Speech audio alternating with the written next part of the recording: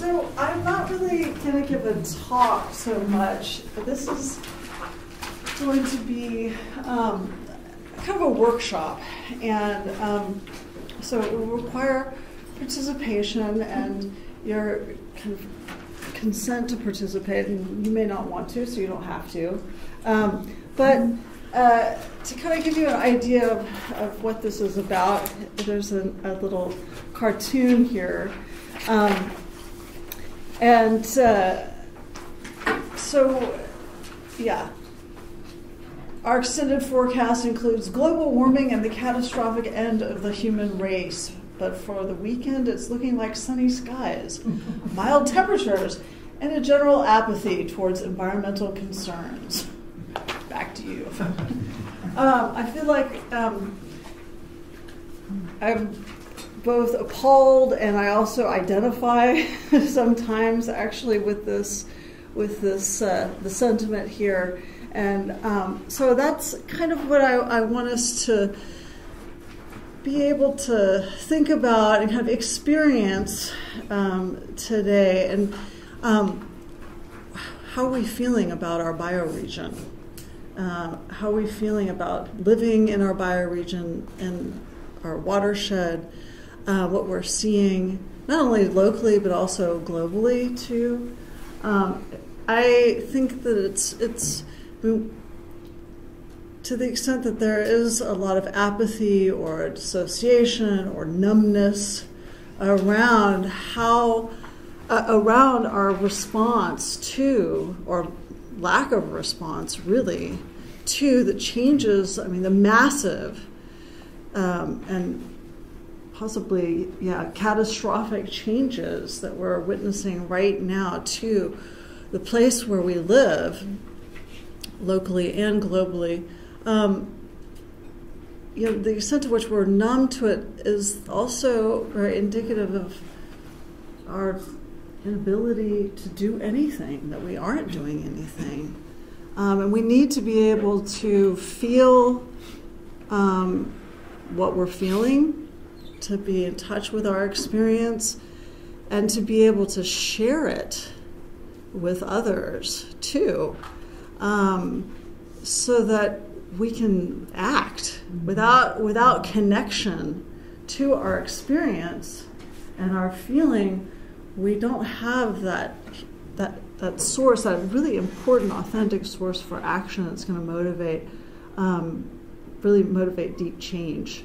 So that's what I would like for us to be able to do now, is to kind of create a space where we can feel hopefully comfortable and safe to share how we're thinking and feeling about some of the changes that we're seeing and witnessing, and then to reflect on that, the experience of sharing our experiences. I know not everybody knows one another, and so this activity is going to require that you break up into pairs, and you might not know the person who you're going to be with. So there's a certain amount of vulnerability, and I think that's just kind of indicative of how things are more generally. We don't always have a chance. Maybe it might be nice what would it be like if we could talk, maybe to people we don't know, about how we're feeling, what we're experiencing with regard to these massive changes. So, but I also realize maybe that doesn't feel comfortable to you. Don't feel like you have to do it. But this is an opportunity for you to kind of reflect, to feel, to get in touch with those feelings and to reflect on them, and also to have someone there who is listening. So just quickly, so on the other side, there are some instructions, and this activity comes from the Emotional Resilience Toolkit for Climate Work, which was compiled by some local therapists who are a part of the Alliance of Climate Therapists, the Northwest chapter, and a member of that. I was not involved in compiling this toolkit, but we are going to use one of their exercises. And so just looking quickly at the instructions, or I'll just tell you briefly, what we'll do is you'll get into pairs, and so for the first, there are two sets of questions, and you see down below the grief and loss questions and the healing and coping questions. And so during this time, you'll have one person that's going to be the questioner and one person that's the answerer. And then the questioner will ask one question from the grief and loss questions, and then one question from the healing and coping questions. And then so we'll do 5 minutes on the first question, 5 minutes on the second question, and then we'll switch. So each person in the dyad will have a chance to be both the questioner and the answerer. So as the questioner, you'll ask a question, take a moment, ask the question, choose one question from each section, ask the question, and as the answerer, don't think too much, okay? That's where we can be very Zen here. Don't think too much, okay? Just try to let whatever comes to mind, rises to mind, come up. And you can say just one word or a short sentence. You don't need to go on and on as an answer. And so once the answer has finished, then the questioner says, thank you. Thanks the person for their answer, and ask the question again, the same question. And you're going to do this for 5 minutes and then switch to the second set of questions. Same sort of procedure where you find one question, ask that question, the answerer answers, and then you say thank you for your answer, and then you ask again the same question again. And the reason for this is that oftentimes, we have pat answers for how we're feeling, right? Kind of the story that we're kind of telling ourselves and others, and it's kind of a tape that we sort of loop around over and over, saying the same kind of thing. But if by asking the same question over and over, this gives the opportunity for hopefully some different answers, different things to bubble up to the surface, to go deeper, right? Kind of de-sediment our sort of more normal ways of answering. And so there's no wrong answer, there's no right answer. You can say, I don't know. If your answer says, I don't know, you say thank you and you ask the question again. So as the questioner, you want to just remain neutral, okay? Just thank the person and then keep coming back. I think that's it. I mean, are there any questions? No. Yeah, does the answerer get a chance to ask a question of the questioners? The answerer get a chance to ask a question of the questioners? Yes. Well, you'll switch roles. Oh, okay. So, okay. So you'll have a chance to be both the questioner and the answerer. Okay. Yeah. So this is going to take 20 minutes. So, by the way, you can also switch questions when you switch roles. You can choose a different question? You can. You can choose the same one or you can choose a different one. It's up to you. Yeah. Uh-huh. And you can even do this. If you don't like these questions, you can come up with your own. Okay? That's also possible. Any other questions? Okay. All right. So maybe find a partner, and then when you do, introduce yourself. And then if you're not from this bioregion, I had one other thing I do want to say. Then do say where you're coming from. So answering these questions with regard to kind of the bioregion that you live in, or even your watershed. So with the grief and loss questions, I didn't do a good job of of changing needs to reflect our bioregional concerns. But think of it like, what makes you angry or frustrated or enraged about what you see happening in Cascadia, or in the Cedar Creek watershed, Cedar River watershed, which is where we are right now, or wherever your watershed is. What makes you? How do you experience grief for Cascadia, or for this watershed? If you want to do that. How do you feel about your relationship with Cascadia instead of just nature? This was prepared for something a little bit more kind of generic for climate change. If you don't want to do the bioregion specific question, you can also do something more global. You can also do that. Just a suggestion. Okay, so please pair up.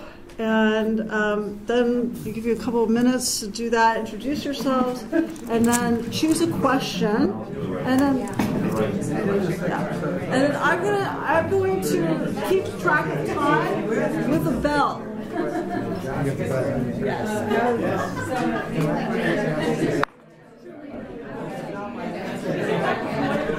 I grew up in a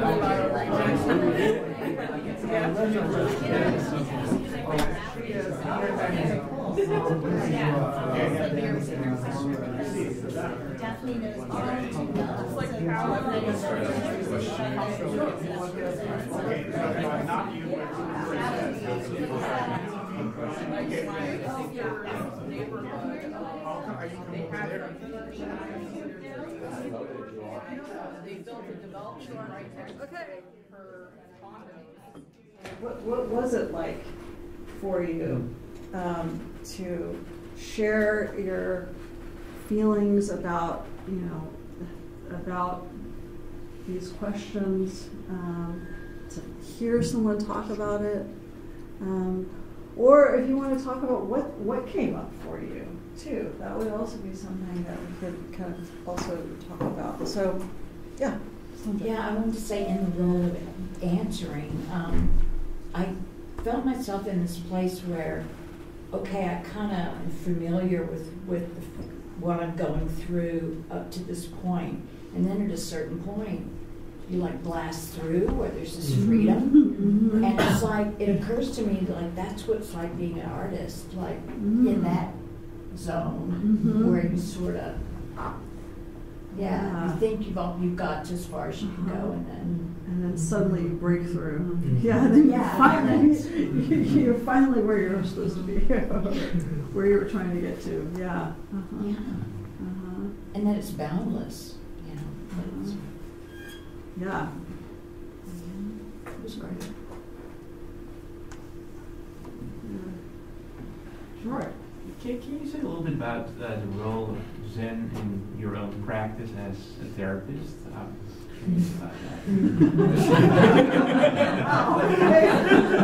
Well, I just say we can have this very open-ended, so sure.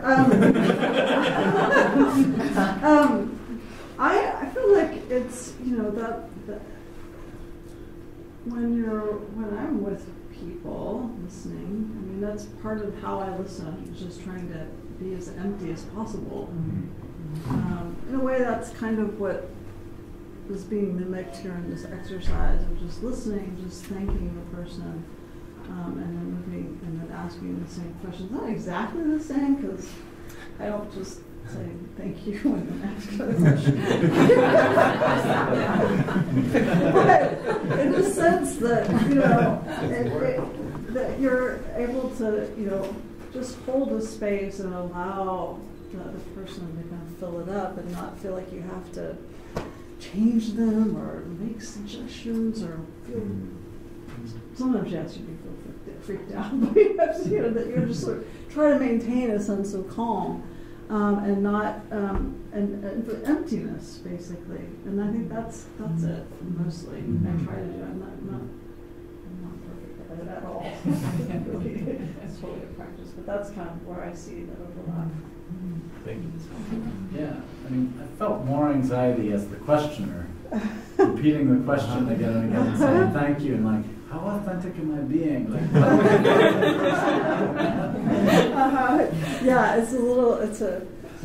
yeah, it is kind of a little bit awkward, like you feeling like maybe you have to say something more. Yeah, and then that can present its own challenges possibly. Yeah. Just some of the value of failing. I feel like we were only occasionally in spitting distance of what you were asking us to do. But we had, for me, a very rich conversation that we couldn't stop because and so she had to whisper it in my ear. And then later we picked up on some of what you were saying too. So, but anyway, this had a good, not doing exactly what you said. I mean, but there was things in it that we were trying. So we started out doing it. Yeah. And it morphed into something else. Yeah, definitely.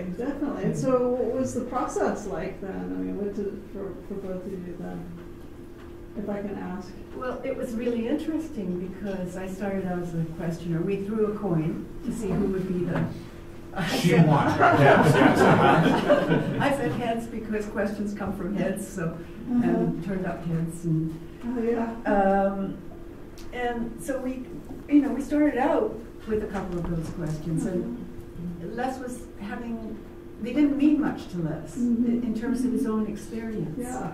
And it was only when we started exchanging more information about our lives that became a real conversation. Yeah. And then some of the feelings I couldn't feel, started to come up. And I think that's really what you were after. But taking them off the page, it was cold. I couldn't find it. But she helped with her come back and forth. She really helped that way. So. Yeah. Yeah, I mean, I'm definitely less experienced than a lot of the amazing people in this room in terms of environmental writing, but like this question of apathy around climate crisis is like a pillar of what I have been working on. And I wrote a thesis in my undergrad on the work of Amitav Ghosh, who's an Indian writer who wrote specifically The Great Derangement, which is asking the question, where is the environmental novel? What's the state of environmental writing in terms of narrative in the world today?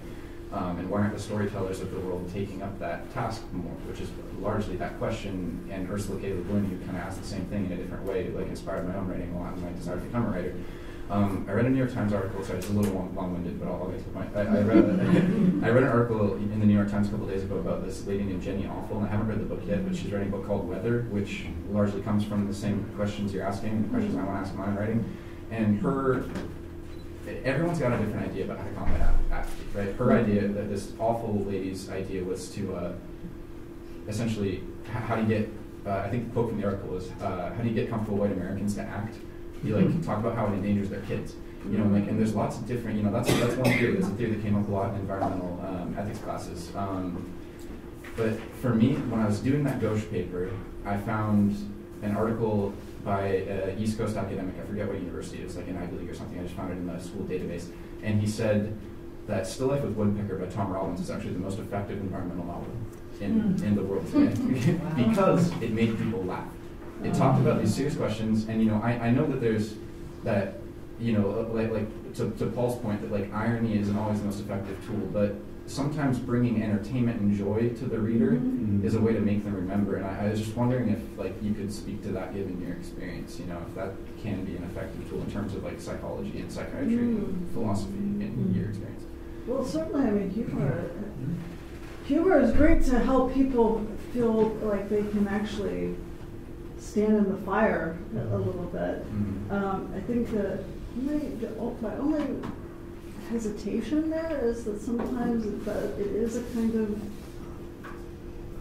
defense of sorts, and then it might become something. It might be too entertaining, and then there's sort of a distancing that could happen. I don't know. I mean, every cases could be different, but that would just be my one sort of worry. But I certainly think that it's a really good way of kind of helping. I mean, it disarms people, but it can also at the same time function as a way of arming yourself. Yeah, You know? yeah, So I would just say both sides. But I think a lot of Yeah. people criticize Robbins that way, but I remember that, and yeah, I mean, I felt the need when I felt awkward then to make bad puns, you know, it's like, this is yeah.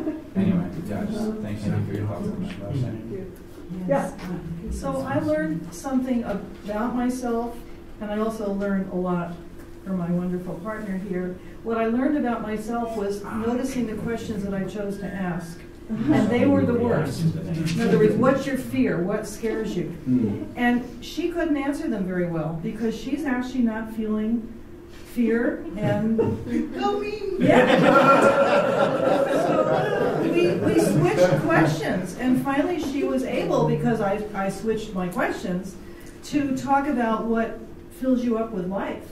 And so I learned, and I'm a therapist, where do I go? What's the worst thing that could happen? And I do that to myself.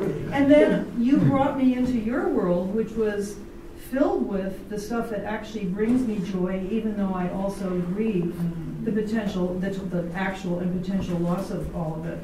So I really learned from both. Okay. It was lovely. Thank you. Thank you. I wanted to say, listening to you talk about listening in emptiness, emptying oneself to listen. I found that this exercise was very useful in speaking out of emptiness, because having said what I thought and being asked the same question, I was empty to whatever might come next, and that I thought was very exciting. That's great. Yeah, I mean, I think that's ideally what I think the people who put this together wanted. That at some point you've run out of all your pat answers. Yes. Your easy answers, and that suddenly then you can speak. Yeah. Yeah. I think that's such a radical act of compassion to continue to ask somebody, because right now we're in a paucity of listening. And to invite a moment of witness that is going to be repeated again and again, I think that's radical. And I think that's the way forward for me right now, is to keep asking and to keep listening. Yeah, I like that that it connects some with what Paul and Nadine were talking about seriality, like asking the question over and over and over and over and over again. Like, there is no one answer. Like grief and hope, like these things, like we can only grasp at them partially and feel them out.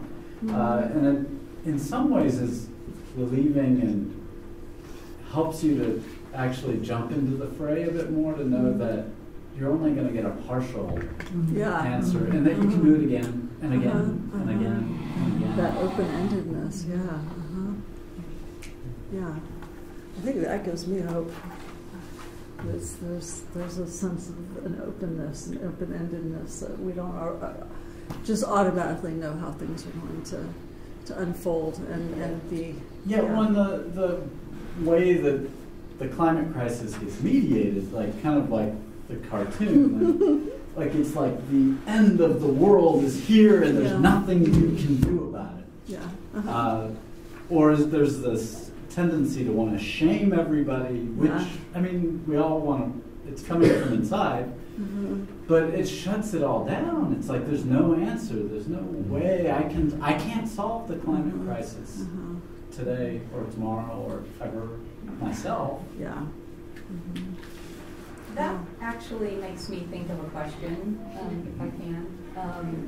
What you were saying, is that there is this school of thinking about environmental writing and environmental psychology, and this is I'm thinking of, I think her name is Renee Lindquist. But in any case, it's all about we are having the wrong kind of dialogue, that the shame and doom and gloom and the thing that sends people to the fear apex right away is not going to work. It's not working, and so this is a different way. And I also, with that different way, I wish I could remember. Does anybody know her name? Renee, I think it's Lindquist, but anyway, I also have feelings about the fear one, but I also have feelings about, like, we need to use these kind of, psychological processes to, like, make it more, bridge more, and then it's like, but we don't have a lot of time. And so I'm kind of like figuring out, as I'm writing a book about climate migration, right, this is my latest project, and so just trying to think about where I am in that, how I communicate and how we should communicate, or what is going to be an effective way to communicate. And to get us back to this workshop, I just really appreciate Paul talking about relational poetry, then you mentioning, Nadine, about, like all of your stories just seem so relational to me, and then even this process with my partner and I seemed very much relational, and like we were engaging in something creative, and creating this language in the air, and I really just appreciated that, so thank you. Yeah, I think that it's very easy, I think, I know I have struggled with this, to feel like, you're all alone, or that you alone have to be doing something, or to solve the problem, or it's your fault, or to individualize the issue. And I think there are a lot of cultural messages that we receive to that effect, and what we need to be able to do is to realize that we have a lot of relations and relationships that we're in this together with, and that's another thing that gives me hope too, remembering that, experiencing that, We've been talking a lot about the burning house, and Opaya, correct me if I'm wrong, we need to find the skillful language to talk ourselves out of the burning house. And again, the languages, the language we're using, the tonality we're using isn't resonating enough to match the situation. But we're a room full of people that believe in the power of language, and I think the opportunity is still there to engage enough of us to make a difference. And it isn't, vilifying or condemning the world that we're in. We've inherited it, all the consumerism and materialism and capitalism. We've inherited a lot of that, but we can maybe find a way to steer it, skillfully. And I don't know how, but I think the possibility is still there. Yeah, thank you. Yeah. Just one thing, then we got to quit, I guess. I felt we were in agreement when not to leave the grief and the loss too soon. I almost don't want to see the words healing and coping on this page. That's my point. I want the full weight of that grief to do the work that it needs to do to shift me around, and then from that shifted place, maybe something really new could emerge. I like what you're saying about we have to talk ourselves into leaving the burning house.